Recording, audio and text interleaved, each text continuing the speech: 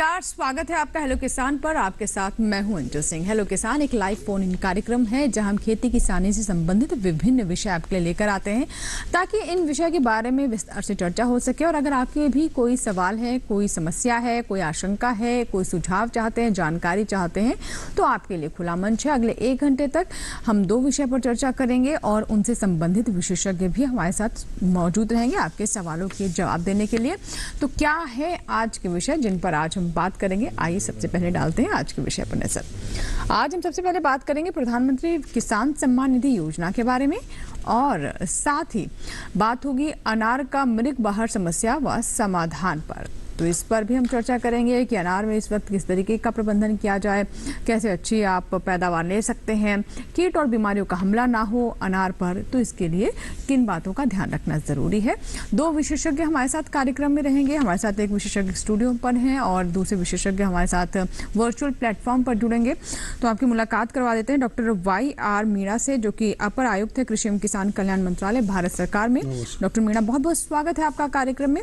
आप प्रधानमंत्री किसान सम्मान निधि योजना के बारे में बताएंगे और साथ ही सवालों के जवाब भी देंगे। तो 2 टोल फ्री नंबर है जिन पर आप हमें कॉल कर सकते हैं। नंबर नोट कर लें, 1800-113060। दूसरा नंबर है 1800-113061 टोल फ्री, यानी इस पर आपका कोई शुल्क नहीं लगेगा। जो भी आपके सवाल हैं इन दोनों नंबर पर आप कॉल कर सकते हैं। ये नंबर आपके लिए अगले 1 घंटे तक चालू रहेंगे। तो सोचना क्या है, फ़ोन उठाएं और अपने सवाल हम तक पहुंचाएं। तो जैसा कि मीणा जी हमें बताएंगे आज कि किस तरीके से हमारे किसानों को लाभ मिल रहा है प्रधानमंत्री किसान सम्मान निधि योजना से, और साथ ही जो दूसरा विषय है जिस पर हम अनार के बारे में बात करेंगे कि इस मौसम में कौन कौन खास बातें जिसका ध्यान रखना जरूरी है और कौन कौन सी समस्याएं हो सकती हैं।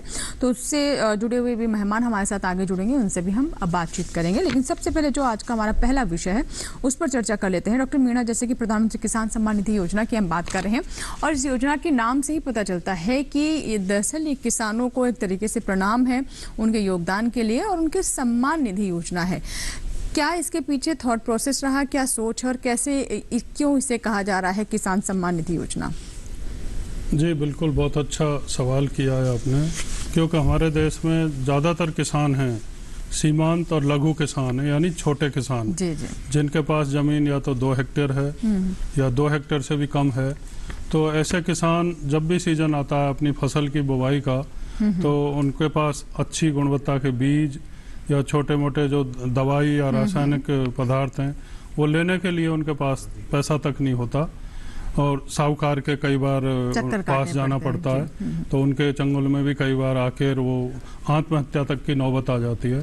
तो एक किसान सम्मान निधि योजना यही सोच के चालू की गई थी कि क्यों ना किसान भाइयों को सीधे पैसा ट्रांसफ़र किया जाए। योजनाएं बहुत हैं और कई तरीके से किसान भाइयों को उनसे मदद मिलती है, लेकिन किसान सम्मान निधि एकमात्र ऐसी योजना है कि सीधे किसान के अकाउंट में पैसा ट्रांसफ़र हो जाता है, डायरेक्ट बेनिफिट वाली जो बात है उसके हिसाब से। तो ये इसमें क्या केंद्र सरकार का पूरा पैसा लगता है, जो भी खर्चा आता है, और ये मतलब पूरी तरीके से केंद्र सरकार की योजना है, इसमें राज्य की कोई भूमिका नहीं होती, आप ये बता रहे हैं? जी हाँ, राज्य की भूमिका है। राज्य की भूमिका है कि जो पात्र किसान हैं, जो एलिजिबल फार्मर हैं, उनका पता लगा के उनके आंकड़े उपलब्ध कराना, उन आंकड़ों को वेरीफाई करना और केंद्र सरकार का जो कृषि एवं किसान कल्याण मंत्रालय है उसको भेजना। बाकी फिर पैसा जो रिलीज करना होता है वो केंद्र सरकार के यहाँ से सीधे, आपने देखा होगा कार्यक्रम होते हैं। पिछला जो 11वीं किस्त जारी की गई थी हिमाचल प्रदेश से, वो प्रधानमंत्री जी ने बटन दबा के एक साथ लगभग उस टाइम तक 11.78 करोड़ किसान भाइयों को इसका बेनिफिट मिल चुका था। आज की तारीख में अगर हम बात करते हैं तो 12,000 करोड़ से भी ज्यादा किसान भाइयों और देखिए 3 साल इसको हो गए हैं और जैसा कि आपने बताया कि इसकी शुरुआत जो लॉन्च किया गया था गोरखपुर से इसे लॉन्च किया गया था और अब 11 करोड़ से ज्यादा किसानों तक इसका लाभ पहुंच रहा है, डायरेक्ट उनके खाते तक पैसा पहुंच रहा है, बीच में कोई लीकेज नहीं है, सीधा किसान का पैसा किसान तक पहुंच रहा है ताकि अपनी छोटी मोटी ज़रूरतों को पूरा कर सके। और देखिए सब पैसा पहुंचने का समय भी बहुत अच्छा है, जब एक्चुअल में उससे ज़्यादा ज़रूरत होती है, बहुत ज़्यादा पैसे की ज़रूरत होती है, उस वक्त ये पैसा उस तक पहुँचता है ताकि उसे कहीं से ऋण ना लेना पड़े और इस तरह के चंगुल से वो बचा रहे। आइए देखते से जुड़ी रिपोर्ट।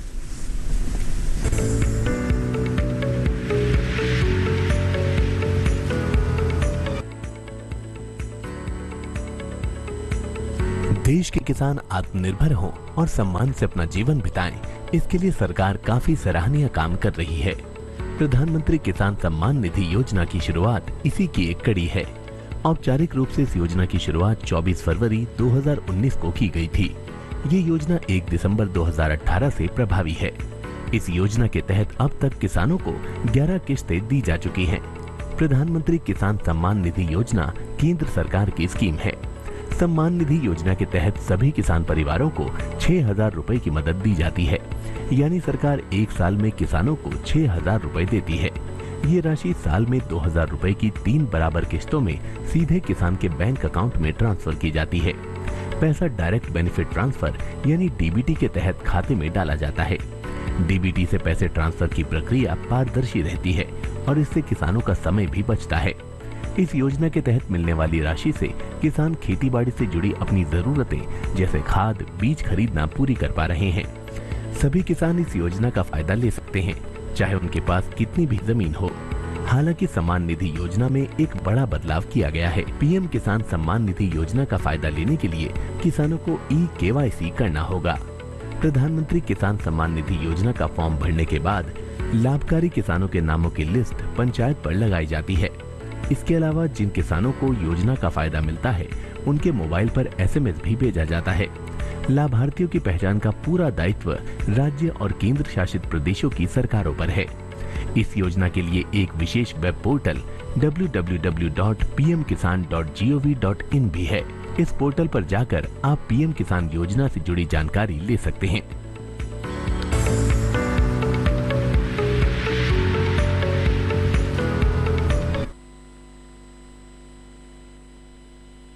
हुई और भी विस्तार से इस पर हम चर्चा करेंगे। और अगर आपकी कोई समस्या है, कोई सवाल है, कुछ जानना चाहते हैं इस योजना के बारे में, तो आप बिल्कुल कॉल करें। टोल फ्री नंबर हम साथ ही साथ टेलीविजन स्क्रीन पर फ्लैश कर रहे हैं।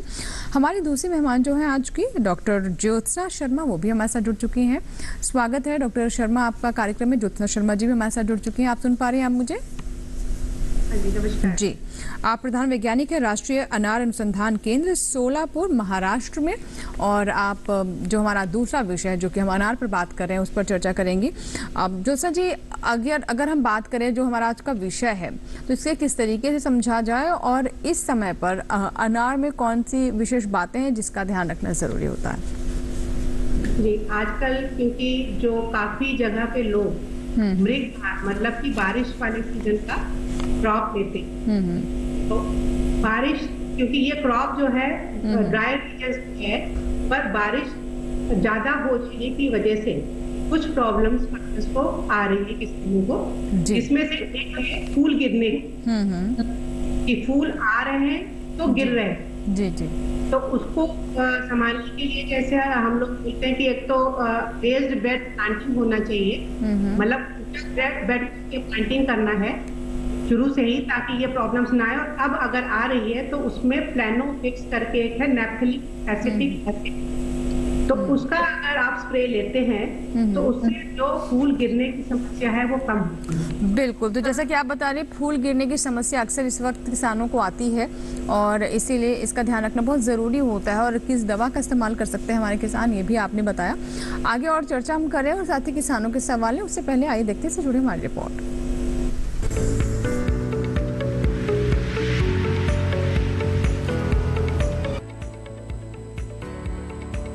अनार में साल में 3 बार जून जुलाई में मृग बहार, सितंबर अक्टूबर में हस्त बहार और जनवरी फरवरी में अंबे बहार में फूल आते हैं। जिन इलाकों में सिंचाई की सुविधा नहीं होती, वहां मृग बहार से फल लिए जाते हैं। मृग बहार के लिए अनार के पौधों में दी जाने वाली गोबर की खाद और फास्फोरस की पूरी और नाइट्रोजन व पोटाश की आधी मात्रा इस महीने में देनी चाहिए। खाद और उर्वरकों का इस्तेमाल छत्रक के नीचे चारों ओर 8 से 10 सेंटीमीटर गहरी खाई बनाकर करना चाहिए। अगर गूटी से अनार का प्रवर्धन करना हो तो जुलाई अगस्त में 1 साल पुरानी पेंसिल समान मोटाई वाली स्वस्थ 45 से 60 सेंटीमीटर लंबाई की शाखा का चयन कर लेना चाहिए। चुनी गई शाखा से कलिका के नीचे 3 सेंटीमीटर चौड़ी गोलाई में छाल पूरी तरह अलग कर दें। छाल निकाली गई शाखा के ऊपरी हिस्से में IBA 10,000 ppm का लेप लगाकर नमी युक्त स्फेग्नम मॉस चारों ओर लगाकर पॉलीथीन शीट से ढककर सुतली से बांधना चाहिए। इसके बाद जब पॉलीथीन से जड़ें दिखाई देने लगे, उस समय शाखा को काटकर क्यारी में स्थापित कर लें। तेलिया रोग से संक्रमित इलाकों में मृग बहार न लें, नहीं तो जुलाई से अगस्त के दौरान रासायनिक जैवनाशियों, सैलिसिलिक अम्ल, बोरान, कैल्शियम का नियमित रूप से इस्तेमाल करना पड़ेगा। अगर बाग में माहू कीट का प्रकोप हो तो प्रोफेनाफॉस 50 का 2 मिलीलीटर प्रति लीटर पानी में घोलकर छिड़काव करें। अनार में फलों का फटना एक गंभीर समस्या है जो शुष्क इलाकों में ज्यादा होती है। इसके प्रबंधन के लिए नियमित रूप से सिंचाई करें और जिब्रेलिक अम्ल 15 ppm व बोरान 0.2% का छिड़काव करें। दवा का छिड़काव कृषि विशेषज्ञों की सलाह से ही करें।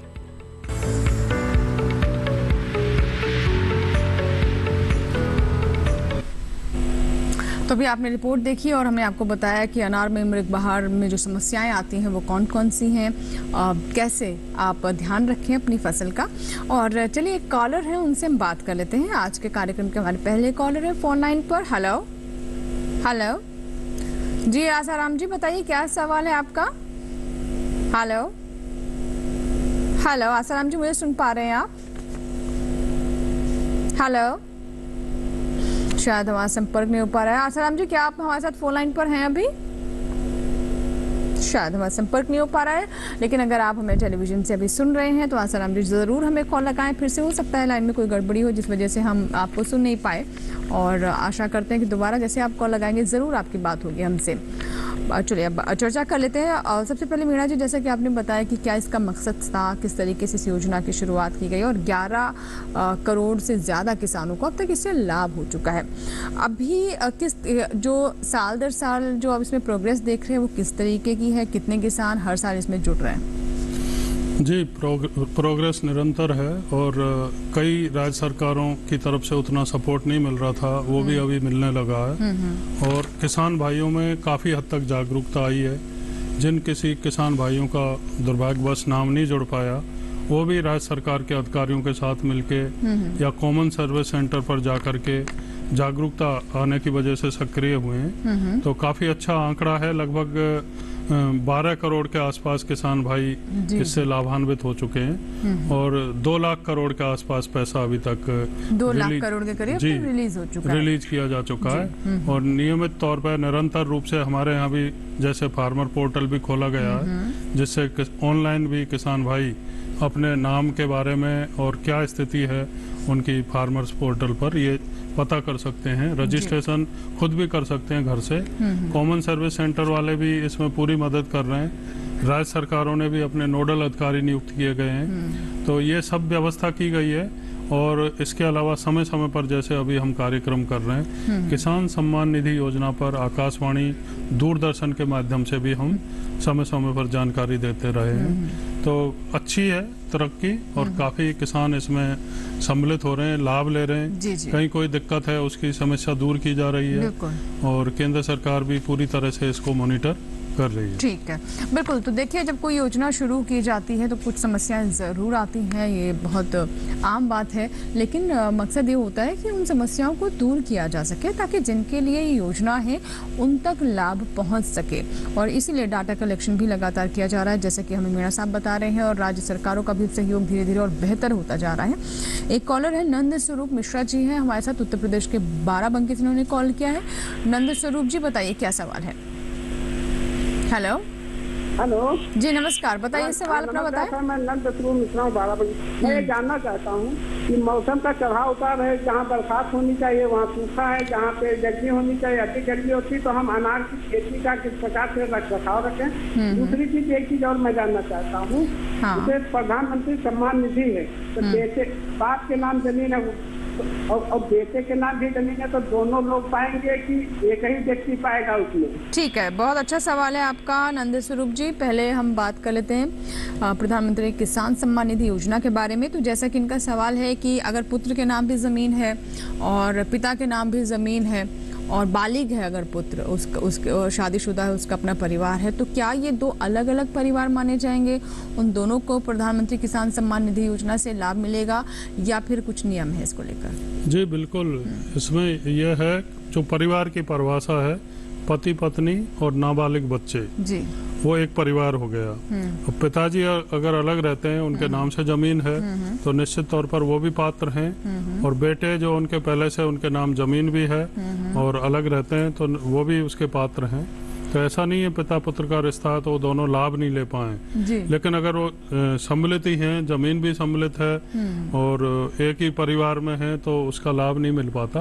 अगर वो अलग हैं, अलग से उनकी आइडेंटिटी है, तो निश्चित तौर पर उनको इसका लाभ लेने पर कोई रोक नहीं है। कई भाई, ये तो पिता पुत्र की बात है, मान लो 5 भाई हैं और 5 के नाम से जमीन है, उनका 5 का अलग अलग परिवार है, तो 5 को उसका लाभ मिलेगा। बिल्कुल बिल्कुल। चलिए, ये एक जानकारी चाहते थे नंद स्वरूप मिश्रा जी, और मुझे लगता है बहुत सारे और भी दर्शक होंगे जिनका ये सवाल रहा होगा।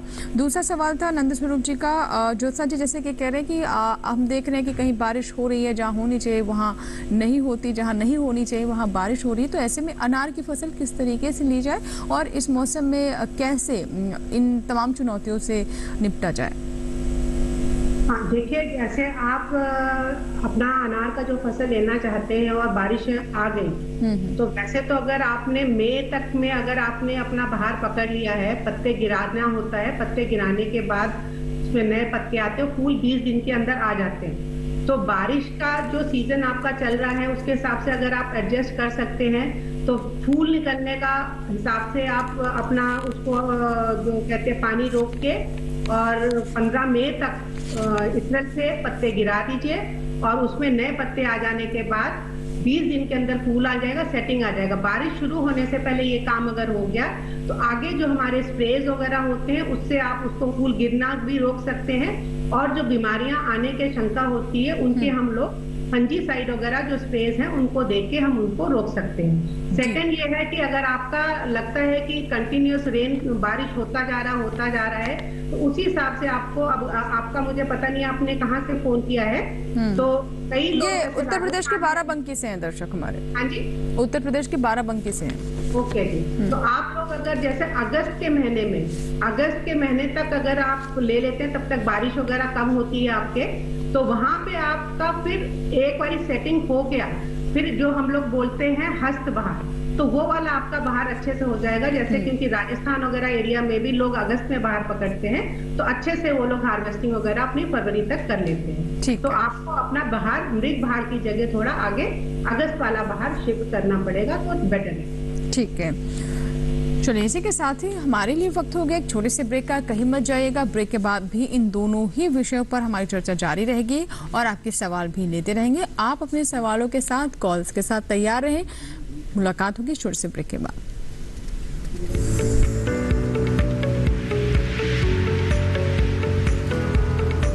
अरे भाई, सुना नहीं क्या? केसीसी ने किसानों का जिंदगी बदल दिया है। देश के छोटे किसान 1,60,000 रुपए तक का कर्ज बिना किसी गारंटी को ले पाएंगे। ब्याज खोरों से भी पीछा छुटा। मैं तो जैविक खेती का पूरा सामान मंगा लिया, केसीसी का भी कोई दबाव नहीं है। ब्याज चुकाने के लिए पूरा 1 साल मिलता है। समय पर भुगतान करने पर केवल 4% के सालाना ब्याज पे लोन मिल गया मुझे। अपना आधार कार्ड, लेटेस्ट फोटो और जमीन के कागजात लेके अप्लाई करो बस। और नामांकन भरने के लिए जेब भी ढीली नहीं करनी पड़ी।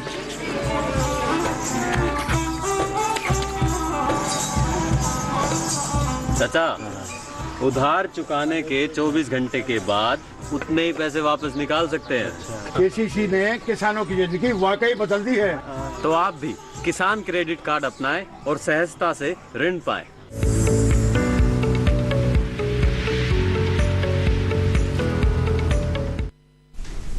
ब्रेक के बाद एक बार फिर आपका स्वागत है। आप देख रहे हैं हेलो किसान। आज हम बात कर रहे हैं प्रधानमंत्री सम्मान निधि योजना के बारे में। किस तरीके से किसानों के सम्मान के लिए, उनकी मदद के लिए ये योजना शुरू की गई है, जिसके सफलता के 3 साल पूरे हो चुके हैं और किसानों को लगातार लाभ मिल रहा है। ज़्यादा से ज़्यादा किसान इससे जुड़ते जा रहे हैं। और साथ ही हम बात कर रहे हैं अनार के बारे में कि मृग बहार जो है उसमें किस तरीके से आप अपने अनार की जो फसल है उसकी देख रेख करें। एक कॉलर है, जगदीश सैनी जी हैं, आइए उनसे बात करते हैं। जगदीश जी, स्वागत है आपका हेलो किसान में। बताइए क्या सवाल है। हेलो, नमस्कार जी। जी नमस्कार जी, मैं ग्राम कांकरिया तहसील खातेगांव जिला देवास से जगदीश सैनी बात कर रहा हूँ जी। जी जी, मेरा सवाल ये है प्रधानमंत्री किसान सम्मान निधि योजना के अंतर्गत मेरा सवाल यह है कि मैं ये किसानों को अभी तक 11 किस्त डल चुकी है सभी किसानों के खाते में ये राशि, और मेरे भी पास 5 एकड़ जमीन है। वो जो जमीन है मेरे पिताजी के नाम से है, वो उसमें अभी तक मेरे को एक भी किस्त अभी तक नहीं दी गई है, एक भी किस्त बैंक खाते में नहीं आई है। मैंने बैंक खाता, पासबुक, फोटोकॉपी, पावती की अच्छा, जो भूमि है वो आपके पिताजी के नाम पर है, उन्हें मिल रही है क्या राशि? नहीं मिल रही है। अच्छा, ठीक है। सर बताइए, जैसे कि हमारे दर्शक हैं, पहला तो इनका यही सवाल है कि इन्होंने भी सारे अपने डॉक्यूमेंट्स दिए हैं, इन्हें नहीं मिल रही है, लेकिन इन्होंने ये भी बताया कि जो ज़मीन है उनके पिता के नाम पर है, लेकिन पिता को भी नहीं मिल रही है अभी तक राशि। कहाँ कमी हो सकती है? नहीं, हो सकता है इनके पिताजी ने जो रजिस्ट्रेशन टाइम से नहीं कराया हो, एक तो ये है।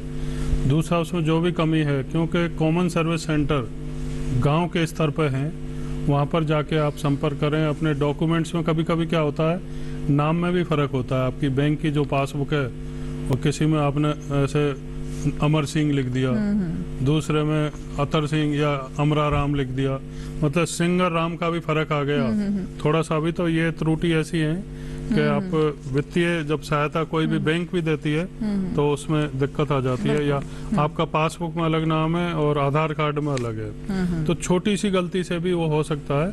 तो आप कॉमन सर्विस सेंटर में या आपके जो कृषि अधिकारी हैं उनसे संपर्क करके ये कर सकते हैं। और अगर बच्चे अच्छे पढ़े लिखे आपके घर में हैं या आप नेट चलाते हैं, तो जो पीएम किसान जो पोर्टल है www.pmkisan.gov.in, उस पर जाके फार्मर कॉर्नर पे आप अपना स्टेटस चेक कर सकते हैं। जो आपने डॉक्यूमेंट जमा किए उनमें कोई कमी है, इस तरीके से आप उसको समाधान कर सकते हैं। और सबसे बढ़िया, कॉमन सर्विस सेंटर में आप जाएं अपने डॉक्यूमेंट्स लेके, तो जांच के परख के वो बता देंगे आपको। अच्छा। तो कोई भी कमाबेशी होती है उनको सरकार उन एप्लीकेशंस को रखती नहीं है, उन पर बाकायदा रिमार्क्स के बाद में वो राज्य सरकार को वापस, अगर केंद्र के कृषि मंत्रालय में आते हैं तो उनको वापस करते हैं, जिससे उनमें जो भी कमियां रही हैं उनको दूर किया जा सके और फिर से उसका किसान भाई लाभ ले पाए। जी डॉक्टर मीणा, अब यहाँ पर मैं आपसे जानना चाहूँगी, क्योंकि हमारे जो दर्शक थे और इनके 2 तरह के सवाल थे। पहला सवाल तो ये कि इनको ये शिकायत है कि इनको खुद भी नहीं मिल पा रही है जो राशि है, और दूसरा इनके पिता के नाम पर ज़मीन है। तो मैं यहाँ पर समझना चाहूँगी पात्रता क्या है, कौन से किसान हैं जो इसके पात्र हैं, इसके लिए कौन कौन से चेकलिस्ट है जिसके बारे में जानकारी होना बहुत ज़रूरी है? किसान, जैसे अब शुरुआत में ये शुभारंभ किया था इस योजना का, तो एक जमीन का एक वो आधार माना गया था 2 हेक्टेयर या उससे कम अगर जमीन है, यानी लघु और सीमांत किसानों के लिए ही इस योजना को खोला गया था। लेकिन बाद में सरकार को जब सेकंड इनिंग अपनी मोदी सरकार की आई, दूसरे शपथ ग्रहण समारोह के बाद पहली ही कैबिनेट मीटिंग में यह तय किया गया कि ये जमीन की जो 2 हेक्टेयर वाली सीमा है इसको हटा दिया जाए। और भी बहुत से छोटे किसान हैं जिनके पास 4-5 हेक्टेयर तक भी जमीन है, उनकी भी उतनी आमदनी नहीं होती, तो उसको हटा के अब इसमें एलिजिबिलिटी का जो मेन है, पात्र हैं, उसके लिए यही है कि परिवार, एक तो पति पत्नी और नाबालिग बच्चे, उनकी कोई दूसरे सोर्स से इनकम, जैसे कई किसान हैं, कोई वकील है, कोई डॉक्टर है, कोई आर्किटेक्चर का भी काम कर रहा है, और वो खेती करते हैं लेकिन प्रोफेशनली वो दूसरा धंधा भी करते हैं, तो उन किसान भाइयों को इससे बाहर रखा गया है। या कोई राजनीतिक हस्ती है, मान लो कोई एमएलए, एमपी या मिनिस्टर वो हैं, तो उनके साथ भी ये है कि उनको भी लाभ के पद पर मानने की वजह से खेती का इसका जो पैसा मिलता है पीएम किसान सम्मान निधि का, वो नहीं मिलता। ऐसे डॉक्टर है, कोई प्रैक्टिस कर रहे हैं, तो क्योंकि उनकी आमदनी अलग शोर से अच्छी है। इसके अलावा ऐसे किसान भाई जिन्होंने लास्ट ईयर में यानी विगत वर्ष में इनकम टैक्स दिया हो, तो निश्चित तौर पर उनकी कहीं से इतनी आमदनी है कि वो इनकम टैक्स भी पे कर रहे हैं, तो ऐसे किसानों को भी उससे बाहर रखा गया है। बाकी किसान जो जमीन की सीमा की बात है, 8-10 हेक्टेयर भी है, कोई दिक्कत नहीं है, उनको मिलेगा। लेकिन अब जैसे आज ही किसी किसान भाई ने पिताजी से अपने नाम कुछ जमीन कराई है, तो उसकी कुछ डेट सरकार टाइम टू टाइम रखती है कि कब से कब तक जिनके नाम से जमीन थी उनको लिया जाएगा। तो उसके लिए ये वहाँ अधिकारियों से भी बात कर सकते हैं, या कॉमन सर्विस सेंटर के जो लोग हैं वो बिल्कुल अपडेट रहते हैं, उनको पूरे इंस्ट्रक्शन है और समय समय पर जो भी तब्दीली आती है योजना में उसकी जानकारी भी उनको होती है।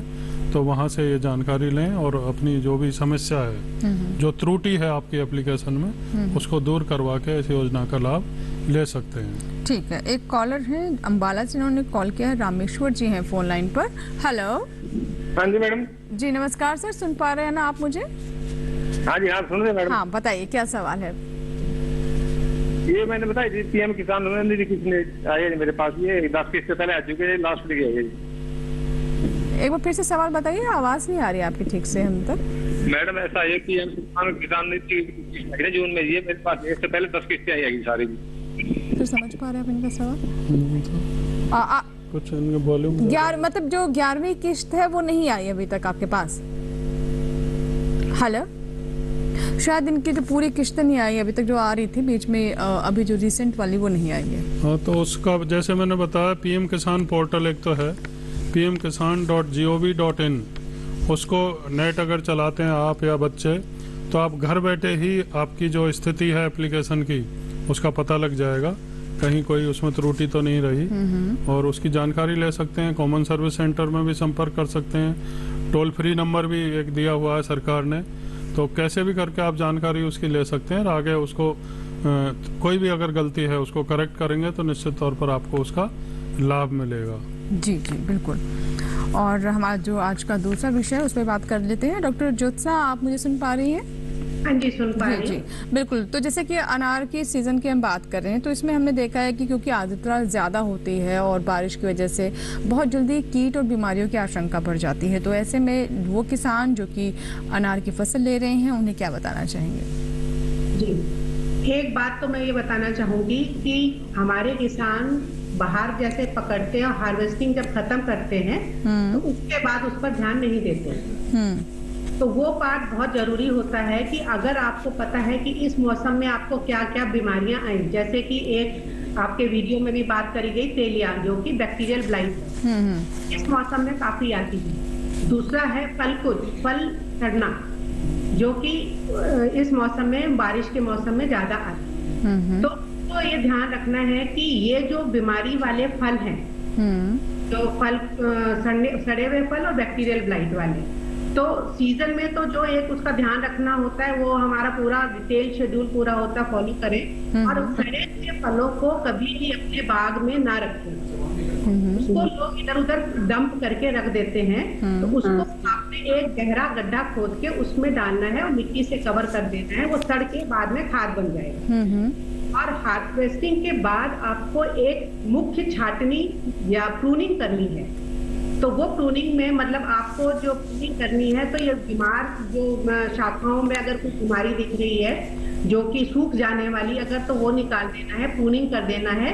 और फर्टिलाइजर का एक डोज, जो कि जितने पूरे साल में आप अपना गोबर खाद वगैरह डालते हैं, आधा इस टाइम में डालना है। पोटाश का पूरे साल का जो रिक्वायरमेंट है वो 1/3 अभी डालना है, फॉस्फोरस भी 1/3 अभी डालना है, और नाइट्रोजन 1/3 डालना है, पोटाश और फॉस्फोरस आधा आधा डालना है। तो ये सब डाल के आपको हफ्ते में 1 या 2 बारी पानी देना है। और उसके बाद उसको 2 महीना पानी देने के बाद उसको पानी रोकना है और अगला बहार पकड़ने के लिए 1.5 महीना पहले लगभग पानी बंद कर देना। तो इससे बीच में आपको बोडो मिक्सचर का 1% का स्प्रे लेते रहना है, ताकि आपकी जो बैक्टीरिया की बीमारियां हैं या दूसरी फंगस की बीमारियां हैं वो कंट्रोल में, मतलब आपको दिखता नहीं है पर उसका बीज वहां पे हम स्पोर्स बोलते हैं, वो बढ़ते रहते हैं। तो अगर हार्वेस्टिंग के बाद जो हम रेस्ट पीरियड बोलते हैं उस टाइम में ये ध्यान देंगे तो आगे जाके वो प्रॉब्लम्स आपकी कम आती हैं, क्योंकि न्यूट्रिशन की वजह से भी पौधा स्वस्थ होगा तो उसमें बीमारियां कम आएंगी। और दूसरा ये है हार्वेस्टिंग, ये जो पीरियड खत्म हो गया हार्वेस्टिंग के बाद का मैंने बताया, बाहर पकड़ने के बाद अगर आपको पता है पिछले वर्ष में आपके बैक्टीरियल ब्लाइट था, तो आप इंतजार मत करिए कि जब आएगा तभी आप करेंगे। उसके लिए हम लोग एक तो कॉपर का स्प्रे और एक ये ब्रोमो 2 नाइट्रोजन करके का स्प्रे बताते हैं। महीने में 10 दिन के अंतर पे एक बार आप लेंगे, प्रिवेंटिव स्प्रे जो बोलते हैं, तो आपको बैक्टीरियल गाइट का भी प्रॉब्लम नहीं है। और डिटेल पूरा का पूरा शेड्यूल आपको हमारे वेबसाइट पे भी मिलेगा और आप हम लोगों से डायरेक्ट बात करके भी उसके बारे में डिटेल में समझ। जी जोसा जी कॉलर भी हैं, आइए उनसे बात कर लेते हैं। पंजाब से है हमारे पास एक कॉल।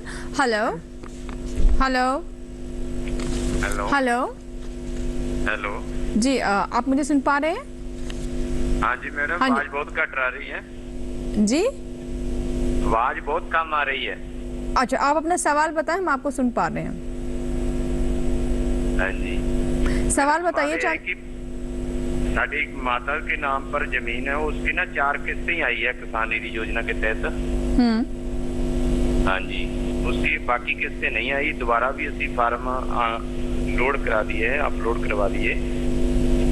हाँ कि मदर के नाम पे जमीन है, 4 किस्तें आई है, उसके बाद नहीं आई। क्लियर शायद नहीं हुआ है। जो अगली किस्त है उसके बारे में आप कॉमन सर्विस सेंटर में जाकर के मालूम कीजिए, पता लगेगा कुछ गलती हुई होगी और जो भी गलती है उसको रेक्टिफाई करने के लिए आप पीएम किसान पोर्टल पर भी जा सकते हैं, जैसे मैंने पहले भी सवालों में बताया है, उसमें पता लग जाएगा कहाँ उसमें गलती रह रही है।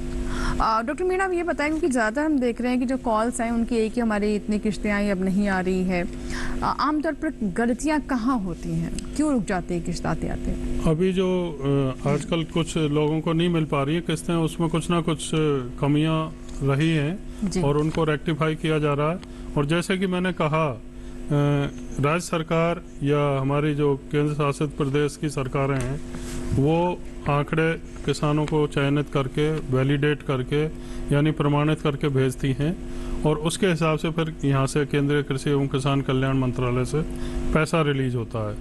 अगर कोई कमी भी होती है तो केंद्र सरकार अपने स्तर पर उनको रिजेक्ट नहीं करती, वो आंकड़े वापस राज्य सरकारों के पास जाते हैं और वो उनका शुद्धिकरण करके उनमें जो भी गलती हो उसको दूर करके फिर से उसको भेजते हैं। तो हो सकता है उस तरीके की प्रक्रिया में हो। एक क्या हुआ, कई बार शुरुआत में खासकर जब किस्तें गई थी, जब शुभारंभ किया योजना का, तो समय कम मिल पाया, उसमें ऐसे किसानों को भी चला गया जो उसके पात्र ही नहीं थे। अच्छा, फिर और उसको कई जगह रिकवरी का भी वो चल रहा है और अभी तक भी वो उलझे हुए हैं चीजें। लेकिन अब क्योंकि टाइम काफी हो गया, काफी समय समय पर गाइडलाइंस में भी संशोधन होता है कि किन लोगों को इसमें पात्रता के हिसाब दायरे में रखना है। कौन से लोग ऐसे हैं, किसान हैं, जमीन भी कम है, लेकिन कई जैसे मैंने बताया उनके व्यवसाय हैं, साथ में सहायक धंधे हैं जिनसे उनकी आमदनी काफी है, इनकम टैक्स भी वो पे करते हैं। तो ऐसे किसान भले उनको 1-2 किस्त शुरू में मिल गई हो, लेकिन अब नहीं लेकिन बाद में उनको रोक दिया गया है। तो एक फिल्टर करने की जो प्रक्रिया है उसको और दुरुस्त किया जा रहा है। तो कभी कभी हो सकता है गलती से आंकड़े आगे हों, पूरी तरह वेरीफाई नहीं किए हों, 1-2 किस्त गई हों, तो ये इस तरीके की चीजें हैं। निरंतर रूप से उसमें छटनी का स्कोप है, गलतियों का स्कोप है।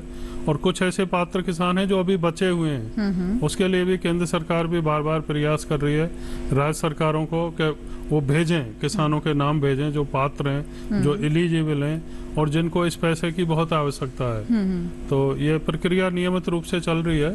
तो निश्चित तौर पर जो किसान भाइयों को नहीं मिली है, उनको लगता है कि वो पात्र हैं, उनसे कोई गलती नहीं हुई, तो कॉमन सर्विस सेंटर में या नोडल ऑफिसर भी नियुक्त किए गए हैं, उनसे संपर्क करें और फार्मर पोर्टल पर जाकर के भी उस त्रुटि को, मतलब क्या कारण है उसको वो जान सकते हैं आराम से। ठीक है सर, बिल्कुल। तो कुछ चीज़ें हैं जिसका ध्यान रखिए। अगर आपके साथ भी ऐसा हुआ है कि आपके पहले तो कुछ किस्तें आई हैं लेकिन फिर नहीं आई, तो इसके पीछे कहाँ कमी हो सकती है उसको दूर कराइए।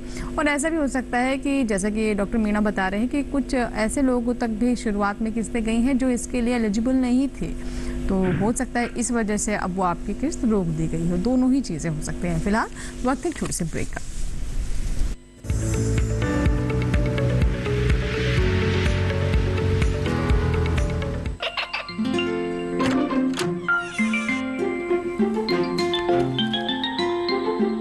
ये क्या हो रहा है? काशवी, इतने कम मार्क्स? काशू बेटा पढ़ा करो, पढ़ोगी नहीं तो आगे कैसे बढ़ोगी? मम्मा मैं भी तो आपसे यही कहना चाहती हूँ, पढ़ा करो। आप पढ़ोगे नहीं तो आगे कैसे बढ़ोगे? वो देखो। सिर्फ बैग पर छपा ऑर्गेनिक नहीं, ऑर्गेनिक का निशान पहचानिए। पीजीएस ऑर्गेनिक का ये लोगो उन किसानों की पहचान है जो आज भी परंपरागत विधि से रसायन मुक्त खेती कर आपके लिए शुद्ध फसल उपजा रहे हैं। अब समझे मम्मा, अगर मैं प्योर ऑर्गेनिक फूड नहीं खाऊंगी तो अच्छे मार्क्स कहाँ से लाऊंगी? अच्छा बच्चों, जैविक खेती की इस मुहिम को आगे बढ़ाइए, शुद्ध ऑर्गेनिक अपनाइए।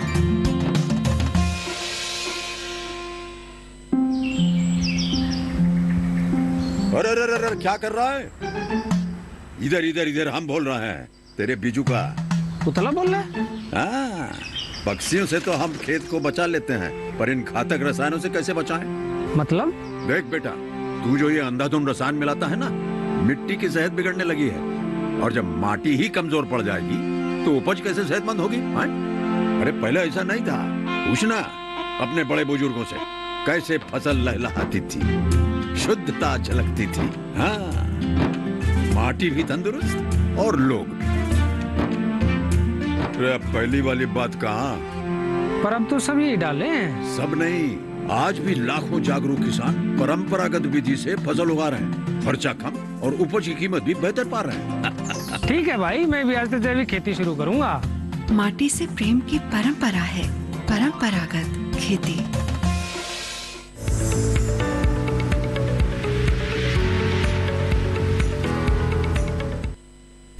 ब्रेक के बाद एक बार फिर आपका स्वागत है। आप देख रहे हैं हेलो किसान। आज हम बात कर रहे हैं प्रधानमंत्री किसान सम्मान निधि योजना के बारे में और साथ ही अनार पर भी हम चर्चा कर रहे हैं। और अगर आपके दोनों ही विषय से जुड़े हुए कोई भी सवाल हैं तो आप हमारे टोल फ्री नंबर्स पर कॉल कर सकते हैं। जो आज के विषय हैं वो भी हम स्क्रीन पर फ्लैश कर रहे हैं और साथ ही टोल फ्री नंबर भी आप देख सकते हैं, आपके स्क्रीन पर है। यहाँ से नोट करें और हमें कॉल करें ताकि हम आपके सवालों के जवाब दे सकें।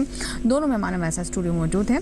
डॉक्टर मीणा, जैसे कि अभी आपने बताया कि पात्र होने के लिए किन किन बातों को केंद्र में रखा गया है, कौन कौन सी बातें ज़रूरी है, अभी आपने ब्रेक से पहले इसमें चर्चा की। अब आपसे मैं ये समझना चाहूँगी कि किस तरीके से जो नए किसान हैं वो जुड़ रहे हैं। और इन किसानों का ये भी सवाल होता है क्योंकि हम देरी से जुड़े हैं तो क्या हमें पुरानी जो किस्तें हैं वो मिलेंगी? इस तरह के भी सवाल कई बार किसानों की तरफ से आते हैं। क्या बताना चाहेंगे इसके बारे में? जी बिल्कुल, किसान भाई अभी जुड़ सकते हैं, लेकिन सभी क्षेत्रों में ये नहीं है कि वो पुरानी किस्तें भी उनको मिलेंगी। कुछ जगह जो सरकारी समस्याओं की वजह से या किसी दुविधा की वजह से किसान लाभ नहीं ले पाए, वहाँ पर ऐसा प्रावधान किया गया था कि उनको कुछ किस्तें पुरानी भी मिलेंगी। बाकी तो अभी आज की तारीख में मान लो कोई किसान भाई इसमें रजिस्ट्रेशन कराता है तो उसको इसी समय से जो चालू होंगी ना किस्त वो मिलेंगी, पुरानी नहीं कि आपको 3 साल पुरानी। क्योंकि फरवरी ये जो हमारा 2022 है इसमें इस योजना के पूरे 3 साल हो चुके हैं, तो पिछले 3 साल की तो नहीं मिलेंगी। क्योंकि सरकार का मकसद भी ये है कि ये जो हम पैसा दे रहे हैं इसमें आप जब खेती कर रहे हैं उस टाइम आपको अच्छी गुणवत्ता के बीज, छोटे मोटे कृषि के यंत्र और कोई कीट व्याधि नियंत्रण के लिए दवाएं वो आप खरीद सकें। अब क्योंकि जो समय निकल गया 3 साल 4 साल पुरानी बात वो नहीं होगा, लेकिन आगे के लिए आपको अगर आप ठीक से अप्लाई करेंगे, आपके वाजिब डॉक्यूमेंट होंगे तो निश्चित तौर पर आपको तीनों किस्त और कुल 6,000 रुपए आगे की जब से आप कागज जमा करेंगे, जब से करेंगे तब आपका सर्कल में आएगा तब से आपको मिलना शुरू हो जाएगा।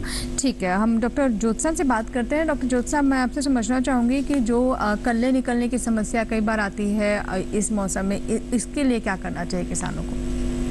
क्या निकलने में आपने बोला? जी, जिस तरीके से कल्ले निकल आते हैं। अच्छा जी, हाँ, कल्ले निकल आते हैं तो एक तो वही है कि आपको पानी आपका रेगुलेट करना है। पानी आपको बहुत ज्यादा नहीं देना है। जी, पानी आपको शुरू में कम देना है। जब सेटिंग हो जाता है, सेटिंग होने के बाद जब आपके फल जो है आप ये नींबू साइज के हो गए, लाल से हरे रंग के हो गए, तब धीरे धीरे आपको पानी बढ़ाना है क्योंकि अब उसको न्यूट्रिशन की जरूरत है ज्यादा फल बनाने के लिए। और जो ज्यादा कल्ले निकल आते हैं उनको हम बोलते खींच के उनको निकाल सकते हैं और या ऊपर से 10 सेंटीमीटर कटिंग कर देते हैं ताकि वो जो खींच के निकलने वाले उनको वैसे निकाल देते हैं और बाकी जो ज्यादा ऊपर ब्रांचेस पे आ जाते हैं उनको थोड़ा कटिंग करके निकाल देते हैं। जी, और उसके बाद एक बोडो का स्प्रे ले लेते हैं। जी जी। और साथ ही आप ये भी बता दें कि किस तरह के पोषण प्रबंधन का ध्यान रखना चाहिए किसानों को इस मौसम में। हाँ, अभी मौसम में जैसे कि हमारा आपका एक पूरा का न्यूट्रिशन शेड्यूल एक हमारा आपको पूरा डिटेल उसमें मिल जाएगा। तो उसमें जैसे कि हम जब बाहर पकड़ते हैं तो हम इंटीग्रेटेड पे करते हैं, जिसमें कि मैंने बताया कि गोबर खाद डालते हैं, नीम केक डालते हैं, उसके अलावा पोटाश और फॉस्फोरस डालते हैं और नाइट्रोजन का इस्तेमाल करते हैं जब फल नींबू साइज का हो जाता है उसके बाद। तो ये न्यूट्रिशन में डालते हैं। उसके साथ जैविक हमें जरूर डालना है।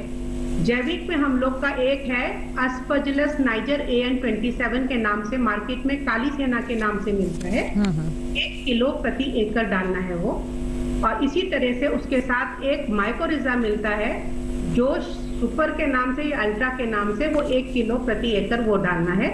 और एक है पेनिसिलियम फिनोफिलम जो पोटाश को लगभग आपका जो अगर आपको 500 ग्राम एक पौधे को लगता है, अगर आप पेनिसिलियम फिनोफिलम का इस्तेमाल करते हैं, सोनार के नाम से मार्केट में मिलता है वो, तो आपको लगभग आपका उसमें 60% तक कम पोटाश की डालना पड़ेगा और आपको फल का साइज वगैरह भी ज्यादा अच्छा मिलेगा।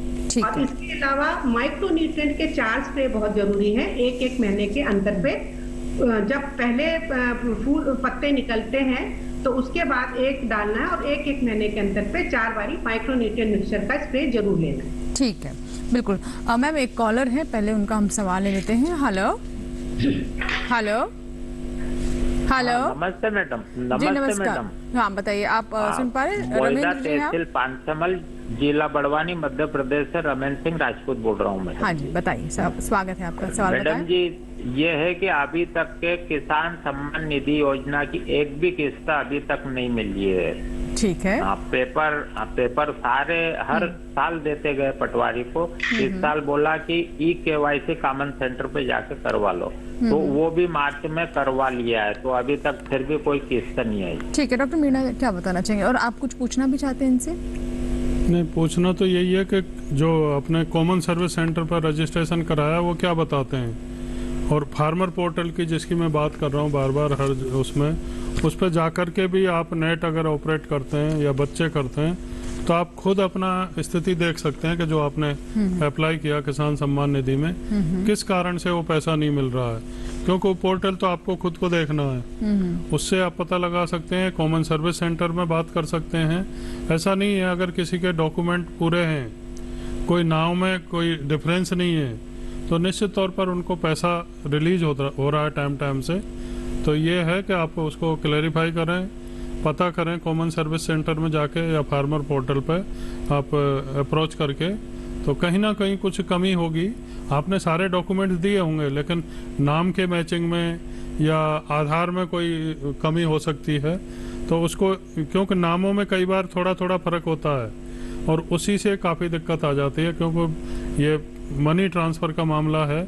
उसमें आपकी बैंक की जो पासबुक है उसमें, आपके आधार कार्ड में, आप जब रजिस्ट्रेशन करते हैं उसमें जो नाम भरते हैं वो एक तरीके के होने चाहिए, एक ही नाम होना चाहिए सब जगह, और जो भी डॉक्यूमेंट चाहिए उनमें से कोई मिसिंग नहीं हो, तो निश्चित तौर पर आपको उसका लाभ मिलेगा। आप पता कीजिए। जी बिल्कुल। चलिए अब अनार पे बात कर लेते हैं। ज्योत्सना जी, अब मैं आपसे जानना चाहूँगी कि कई बार हम ये भी देखते हैं कि माफ़ कीजिएगा, एक कॉलर है, पहले उनसे हम बात कर लेते हैं। हेलो हेलो हेलो हेलो जी नमस्कार, सुन पा रहे हैं आप मुझे? हाँ जी बोलिए। बताइए प्रदीप जी, क्या सवाल है आपका? हिसार हरियाणा से बात कर रहे हैं आप? हाँ जी जी सवाल। मैं ये कह रहा था, मेरी गुड़िया है जी 8 साल की जी है। हाँ जी 8 साल की मेरी गुड़िया एक थी, उसके दादा ने उसको 1.5 एकड़ जमीन नाम करवा दी थी। नहीं समझ आ रहा है प्रदीप जी, आप क्या जानना चाह रहे हैं, क्या कह रहे हैं आप? मैं ये पूछ रहा हूँ कि मेरी गुड़िया है 8 साल की। आपकी बेटी है 8 साल की? हाँ जी। अच्छा ठीक है, आगे? उसके दादा ने उसकी जमीन नाम करवा दी थी, अभी तक मुझको कुछ योजना पे कुछ भी नहीं मिल रहा जी। अच्छा, आपके कहने का मतलब है आपकी पुत्री है जिनके नाम पर आपके पिताजी ने जमीन करवा दी, यही बता रहे हैं ना? हाँ जी। तो क्या उसे लाभ मिल सकता है इस योजना का, यही सवाल है? हाँ जी सर। नहीं, बच्ची नाबालिग है अभी। बच्ची नाबालिग है अभी। जो इसमें क्या, किसी व्यक्ति विशेष को पैसा नहीं मिलता, एक फार्म फैमिली मतलब एक परिवार, और किसान परिवार की जैसे मैंने परिभाषा बताई, पति पत्नी और नाबालिग बच्चे, अगर इनके पिताजी हैं, इनके नाम से जमीन हो तो इनको मिलेगा, लेकिन नाबालिग बच्चे के नाम से वो नहीं मिलेगा।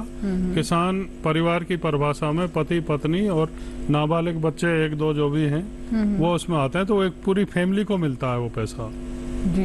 तो मतलब बच्चे के अभी नाम, वो पात्र नहीं तो है, अभी किसी भी तरह से पात्र नहीं बन सकते हैं इसके, मतलब पिता को नहीं मिल सकती अगर बच्चे के नाम पर भी जमीन है और खेती वो करते हैं उस पर? नहीं, क्योंकि जमीन उनके नाम से है, पिता के नाम से अगर अलग है जमीन तो वो बच्ची का जो लाभ है वो पिता के उसमें ही आएगा, क्योंकि वो आश्रित हैं, नाबालिग हैं।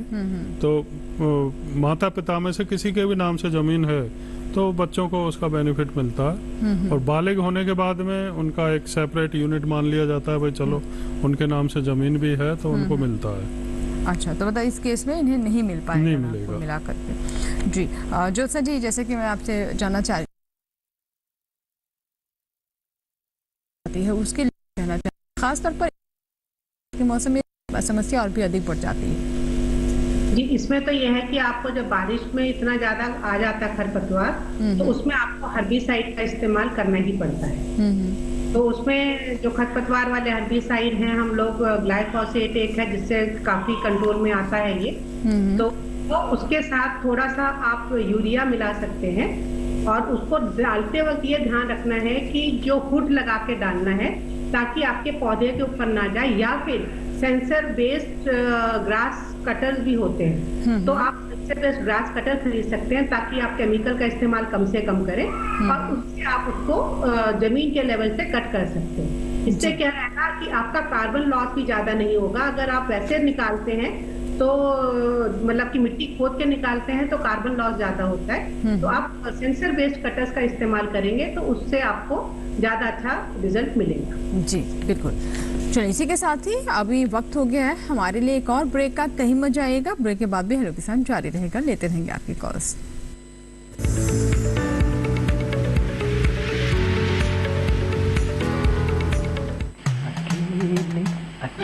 अरे वाह भैया, अकेले अकेले?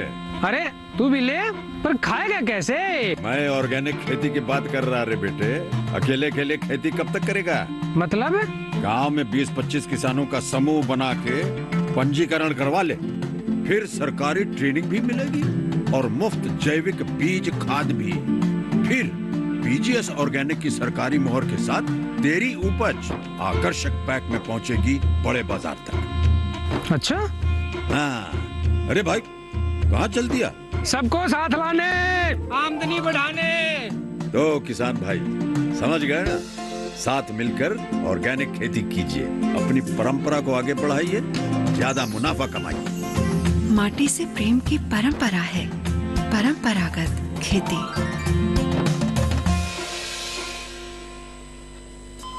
अरे सुन तो। मुझे क्या सुनाना चाहते हो? जो सुनाओ मेरी सौतन को। किसको? अरे वही तुम्हारा मोबाइल फोन जिससे सुबह शाम दिन रात चिपके रहते थे और कहते थे किसान कॉल सेंटर से बातें हो रही हैं। अच्छा ये बात है। हाँ, क्यों? क्या हुआ? अब बात नहीं होती क्या? अब तो झट से बात हो जाती है। ऐसा क्या? हाँ, अब तो ज्यादा लाइनें और खास तकनीक के कारण खेती के माहिरों से तुरंत बात हो जाती है। और अगर कभी लाइन व्यस्त हो तो अपनी समस्या फोन पर रिकॉर्ड करा दो, वहाँ से फोन आ जाता है और समस्या की हल का मैसेज भी आ जाता है। ये देखो आ गया।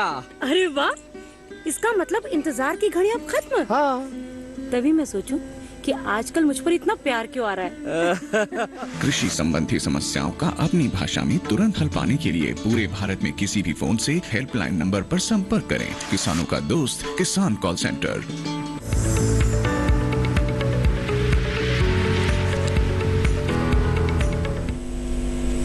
ब्रेक के बाद एक बार फिर आपका स्वागत है। आप देख रहे हैं हेलो किसान। आइए बात करते हैं एक कॉलर से। हमारे साथ विपिन जी हैं जिन्होंने सागर से कॉल किया है। विपिन जी, मुझे सुन पा रहे हैं आप? हेलो विपिन जी, क्या आप तक मेरी आवाज पहुंच पा रही है? हेलो विपिन जी, क्या आप सुन पा रहे हैं मुझे? हेलो, शायद हमारा संपर्क नहीं हो पा रहा है।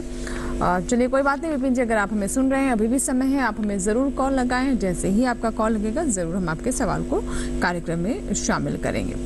और अब बात कर लेते हैं प्रधानमंत्री किसान सम्मान निधि योजना के बारे में। सर, बहुत सारे जो आशंकाएं थी आपने किसानों की दूर की। अब मुझे बताएं कि जो कोई नया किसान इसका लाभ लेना चाहता है और उसके आपने बताया कि कौन कौन से मुख्य रूप से कागज़ होने चाहिए, लेकिन ऑनलाइन के लिए किस तरह की व्यवस्था की गई? क्योंकि हमने देखा है कि बीते 1 से 2 साल के पीछे बहुत सारी सर्विसेज जो हैं वो ऑनलाइन ज़्यादा प्रमोट की गई है, तो इसके बारे में क्या बताएंगे आप? जी हाँ, बिल्कुल। जैसे मैं चर्चा कर रहा था पीएम किसान पोर्टल, तो www.pmkisan.gov.in उस पर जाकर के फार्मर कॉर्नर पे आप जाकर के उसमें ऑप्शन आएंगे आगे से आगे, उसमें आप अप्लाई कर सकते हैं और सीधे तौर पर, मतलब किसी कॉमन सर्विस सेंटर पर जाने की ज़रूरत नहीं है और किसी अधिकारी को मिलने की ज़रूरत नहीं है। आप खुद उसमें अप्लाई कर सकते हैं और इस योजना से जुड़ सकते हैं। अगर कोई भी दिक्कत है तो कॉमन सर्विस सेंटर आपके गांव में या गांव के नज़दीक में सब जगह हैं और काफ़ी समय से, क्योंकि मैं जैसे बता रहा फरवरी 2022 तक 3 साल पूरे हो चुके हैं इस योजना के, तो सभी को पता है उस योजना के बारे में। वहाँ जा कर के अपने डॉक्यूमेंट दिखा के उनको रजिस्ट्रेशन करा सकते हैं जी। तो जुड़ना चाहिए जो इससे अभी तक वंचित हैं, क्योंकि सीमांत और लघु किसानों के लिए तो बहुत बड़ी सहायता है। अपने छोटे मोटे किसी के जो काम है उनको अपने बूते पर कर सकते हैं जी। किसी से कहीं उधार लेने की जरूरत नहीं होती। लेकिन मीणा जी, अब एक चीज़ और भी बताइए कि जैसे कि आपने बताया कि जो ज़रूरत की चीज़ें हैं वो ले सकते हैं, लेकिन जो ये राशि मिलती है इसका कहीं लेखा जोखा तो नहीं देना होता है कि आपने कहाँ खर्च किया, क्योंकि आपकी कृषि के लिए दिया जा रहा है, या फिर ये अपनी इच्छा है किसान की, वो इसे किस तरीके से खर्च करना चाहता है, नहीं भी करना चाहता है, क्या कहेंगे इस बारे में? जी बिल्कुल, ऐसा कोई लेखा जोखा लेने की ज़रूरत नहीं है और सिर्फ ये सोच के सरकार ने योजना चालू की कि जब खेती का टाइम आता है, मान लो किसान की जेब में पैसा नहीं है तो गुणवत्ता का बीज वो खरीद ही नहीं पाएगा, जो भी घर में उपलब्ध होगा उसको वही लगा देगा। अगर बीज, क्योंकि फसल का आधार होता है और उस समय उसकी जेब में 1000-2000 रुपए हैं, छोटा किसान है, तो अच्छी गुणवत्ता का अगर बीज लगाएगा तो निश्चित तौर पर आने वाली जो फसल है उसमें अच्छी गुणवत्ता की ज्यादा पैदावार मिलेगी और उसकी आमदनी, वो 2000 तो आ ही गए जेब में, आने वाली फसल से उसकी आमदनी बढ़ेगी। जी जी बिल्कुल ठीक है। ज्योत्सना जी, आप मुझे सुन पा रही हैं? हाँ जी। बिल्कुल, अंत में कुछ और आप सजेशन या कुछ और सलाह देना चाहेंगे हमारे किसानों को अनार की इससे जुड़ी हुई?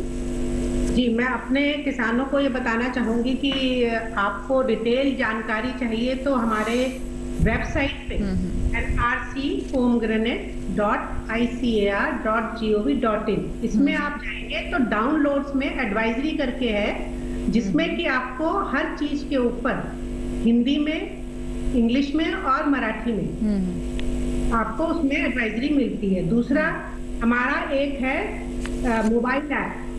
मोबाइल ऐप है सोलापुर अनार, तो आप इसको अगर डाउनलोड कर लेते हैं उसमें सारी जानकारी दी गई है और ये आप अपनी भाषा में, 6 भाषाओं में है वो, हिंदी, इंग्लिश, मराठी, कन्नड़ और इसी तरह से 6 भाषाओं में जहाँ जहाँ अनार लगाया जाता है उसके हिसाब से हमने गुजराती में भी है, तो अलग अलग भाषाओं में ये आप सुन सकते हैं। जी बिल्कुल। तो अभी आपने जाना कि किस तरीके से आप ऑनलाइन भी इसके बारे में जानकारी हासिल कर सकते हैं। बहुत बहुत शुक्रिया ज्योत्सना जी हमारे साथ जुड़ने के लिए और किसानों को इतनी महत्वपूर्ण जानकारी साझा करने के लिए। धन्यवाद आपका। और डॉक्टर मीणा जी, आपका भी बहुत बहुत शुक्रिया, आप इस स्टूडियो में आए और इस योजना के बारे में इतने विस्तार से, इतने सरल शब्दों में हमारे किसानों को समझाया, उनकी आशंकाओं को भी दूर किया, उनके सवालों के जवाब दिए। बहुत बहुत धन्यवाद। इसी के साथ ही आज के हेलो किसान में फिलहाल इतना ही, लेकिन कल का हमारा विषय क्या है, आइए डालते हैं उस पर नजर। कल का हमारा विषय है अगैती फूल गोभी की खेती और गन्ने की फसल में कीट व रोग नियंत्रण। इन दोनों ही विषय से जुड़े हुए विशेषज्ञ हमारे साथ रहेंगे। अगर आपके कोई सवाल है, कोई जानकारी आप चाहते हैं तो आप हमें अपने सवाल ईमेल कर सकते हैं hellokisan2015@gmail.com। इसके अलावा आप फेसबुक से भी हमें संपर्क कर सकते हैं। बहुत आसान तरीका है, फेसबुक पर जाएं, सर्च बॉक्स में हेलो किसान टाइप करें, हमारा पेज खुल जाएगा जहां आप अपने सवाल हम तक पहुंचा सकते हैं। और एक और आसान तरीका, डीडी किसान का हेलो किसान कॉल सेंटर नंबर, ये टोल फ्री नंबर है 1800-113-060। सोमवार से शनिवार सुबह 6 बजे से रात 10 बजे के दरमियान आप इस नंबर पर कॉल करें, अपने सवाल रिकॉर्ड करवाएं जिन्हें हम कार्यक्रम में शामिल करेंगे। और चलते चलते आपको ये भी बता दें कि अब आप हमारा ये कार्यक्रम यानी हेलो किसान हमारे YouTube चैनल पर भी देख सकते हैं। डीडी किसान की YouTube चैनल से जुड़ने के लिए आप इस QR कोड को स्कैन करें और देखें हेलो किसान के पुराने सभी एपिसोड्स भी आप देख सकते हैं। आज के एपिसोड को दोबारा से भी देखना चाहते हैं तो ये भी सुविधा उस पर उपलब्ध है। और डीडी किसान पर प्रसारित होने वाले अन्य कार्यक्रम भी हमारे YouTube चैनल पर आप देख सकते हैं। फिलहाल लेंगे आपसे इजाजत। उम्मीद करते हैं कि आज के कार्यक्रम में जो जानकारी हमने आप तक पहुंचाई है उनसे हमारे किसान जरूर लाभ लेंगे। नमस्कार।